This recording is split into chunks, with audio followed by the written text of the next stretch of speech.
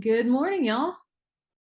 Hello. Good Hey. How are morning. you, Daniel? I hope you're doing well today. Get my hurricane snacks. Mhm. What do you buy for hurricane snacks? Well, preferably something you don't really have to cook, just in case you lose power. That's, yes. Yeah, something that doesn't need to be refrigerated either, in case you lose power. But we're hoping we don't. I hope we So don't. basically like Funyuns, right? Yeah, just live off of Funyuns through the hurricane, right? There you go. But So yeah, go ahead.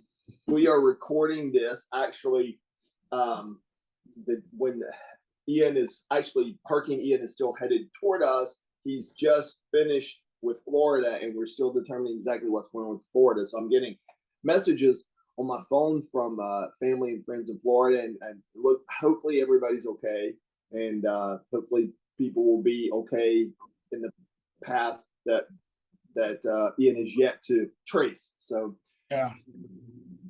talking about today, we have two good stories. What do we have today, Pastor Eric? Because Well, you have the list, right? I do right here, and we're talking about two stories that are both are very important. The first one from the Old Testament is about Abraham and Sarah, and this is a very important one because it sets up a story that's going to last throughout really the whole rest of the whole Bible, particularly the Old Testament. I'm just going to read this story from the Spark Story Bible, if that's all Can right. you show us the pictures? Well, I can. I can do that. Yes. Oh my gosh, yes. And also remember that, but first of all, this is the cover. I don't want to lose my other place right there. Spark Story Bible. And these, many of the boys and girls already have these, and there's some at church. If you want one of these Bibles to have for yourself and don't have one, let one of us know, and we'll make sure you get one to keep for your very own. Just let us know. Okay, Abram's call. Yeah, that's as good as I could. One day, God said to a man named Abram, it's time for you to leave your home and family and go to a new land. In this new land, I will give you many things and make sure people know about you. I will be kind to those who are kind to you.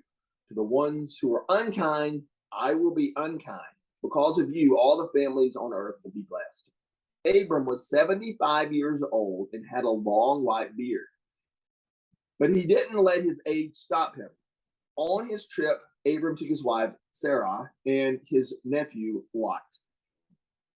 They walked the many miles leading to the new land. It was a hot and dusty trip, but Abram knew that where God was leading them would be a beautiful place. The trip was long and hard because they carried all their pots and pans, dishes, and clothes with them.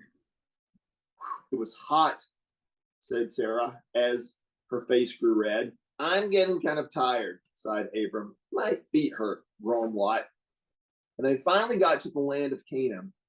Abram stopped by a tall and shady oak tree. It felt good to get out of the blazing sun. God came to him there in the cool shade and said, I have a surprise for you. I promise to give you this land to your family forever. Abram and Sarah and Lot were so thankful to God for this wonderful gift. They jumped and danced and hugged each other and said, hooray! To show God how grateful they were, Abram decided to build two altars to honor God. He would build one altar out of large, smooth stones by the tree, and the other altar out of pieces of wood by his tent in the hills. God came to Abram and made a promise. Abram, you are very special to me.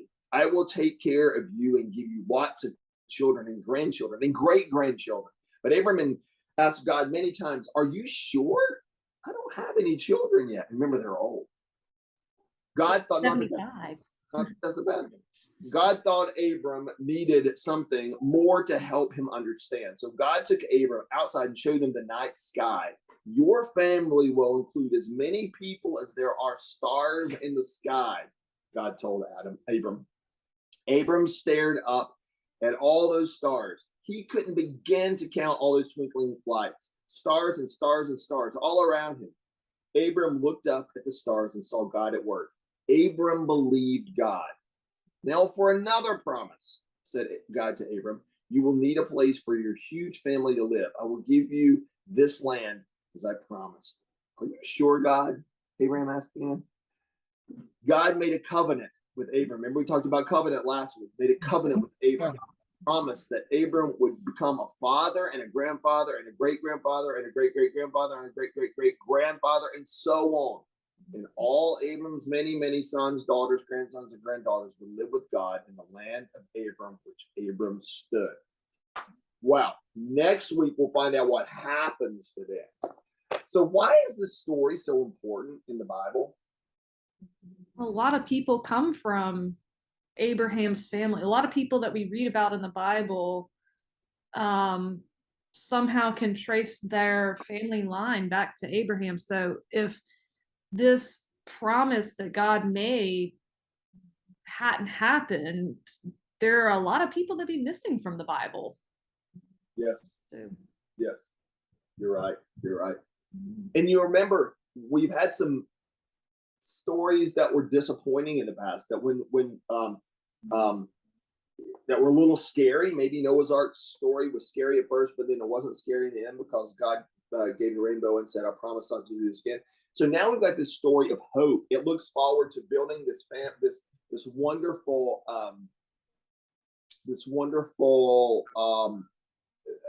family of God. And Abraham and Sarah are going to be the ones to do that. Mm-hmm. So it's important. It's this covenant. Remember that covenant between God and at the beginning of these stories, we hope that everybody fulfills their side of the covenant. Spoiler alert: God will, but we won't. Mm-hmm. We always, humans, don't. Yeah, that's the Old Testament in a nutshell. Yeah, and that's God provides, we don't fulfill. God punishes, we reconcile. It's a circle over and over and over. And God never gives up on us, right? Right. Okay, let's talk about the other story. And the other story, I think, Pastor Becky, you were excited about this one. You like this story a lot. And it is Simeon. Who is Simeon? Not to be weird, but like the old people are taking a big role today. Yeah. They are. They are. It's important. I mean, and one of the lessons here is, a lot of times in our society today, we think, well, old people, they can't, they've already had their chance. It's not true at all. First of all, today they still have very important roles to play. They have very important lives. Certainly in these stories, old people, they're the heroes in many cases. Mm-hmm. Yeah. Okay, let's read Simeon and this story, and then we'll talk about it here. All right, this is picture. All right, there we go. Simeon and Anna. This is in the Spark Story Bible. There was an old man named Simeon who lived in Jerusalem. Simeon loved God. He knew God's words and believed God's promises. God made a promise to Simeon. God promised Simeon that he would not die until he saw the person of God was sending to save the whole world. One day, Simeon went to the temple. The temple was very crowded. Many people were there. Mary, Joseph, and baby Jesus were there too. Simeon looked around. When Simeon saw baby Jesus, he got very excited. Could Jesus be the one? Simeon pointed at baby Jesus and asked, "May I hold him?" Carefully, Mary said. Simeon carefully picked Jesus up and began praising God. Simeon said, "God, you have kept your promise. You have let me see the one who you promised to send. He will save the whole world." Mary and Joseph were amazed. Was Jesus part of God's promise to save the whole world? Remember, they knew he was special, but this is their starting to say, okay, I see. What does this mean? Joseph asked. How can this be? Simeon talked about God's promise with Mary and Joseph. Then he blessed Jesus and his family. An old woman named Anna, another old person, was also at the temple. Anna lived at the temple. She worshiped God and prayed day and night. When Anna saw Jesus, she rushed over. She knew Jesus was special. Would Mary let Anna hold Jesus too? Yes, Mary said. Anna began praising God too. She told everyone who would listen, Jesus is the one God promised to send. Jesus will save the world. Then Anna handed Jesus back to Joseph. Take good care of him, Anna said. Oh, we will, Joseph said. What an exciting day. When Mary and Joseph finished at the temple, they took Jesus home to Nazareth. Jesus grew up in Nazareth. He became strong and wise. and God was always with him. All right. What do you think about this? What is this story about? More promises. Yeah, more promises. I think it's like kind of hope fulfilled too for Simeon particularly. Like, Mhm. God, you promised that I would see this. Now I've seen it, and kind of that narrative. Yep. Mhm. Yep. You know what? Because the Old Testament, we're getting all these promises from God, like Pierre said. But the New Testament, we're seeing God keeps those promises. All these pages later, all these years later, God keeps those promises. And this sometimes turns up in our service, the words that Simeon said. It has a fancy name called the Nukdimitis, but it's now Lord, you let your servant go in peace. Your word has been fulfilled. Mine own eyes have seen the salvation which you have prepared in the sight of every people, a light to reveal you to the nations and the glory of your people Israel. So Wow. Did you just do that from memory, PR? do what? Did you just do that from memory? Yeah.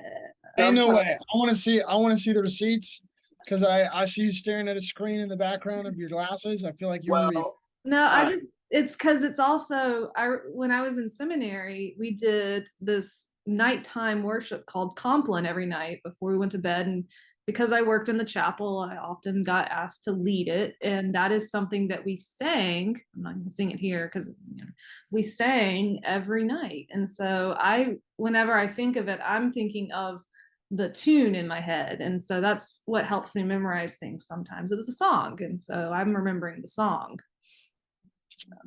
and sometimes these special words are written in our hearts. Mhm. There's some verses that I remember, some poems I love that I know by heart, and we just can't help but memorize them because they're part of who we like to think we are. Yeah. All right, well, so Simeon, another important guy, and Anna too. Simeon and Anna, we should say both, are important. And this story comes right after the Christmas story, the one we read last week, the Nativity story. So next week, we're gonna talk about something I love to talk about: wilderness. We're gonna talk about the wilderness temptations. All right, so I am glad we got to talk about these stories, and I am looking forward to talking about these next week. I hope y'all have a good week. Yep. Yep. Well, Yeah. everybody, stay safe. Absolutely. Take care, everyone. All right, bye now.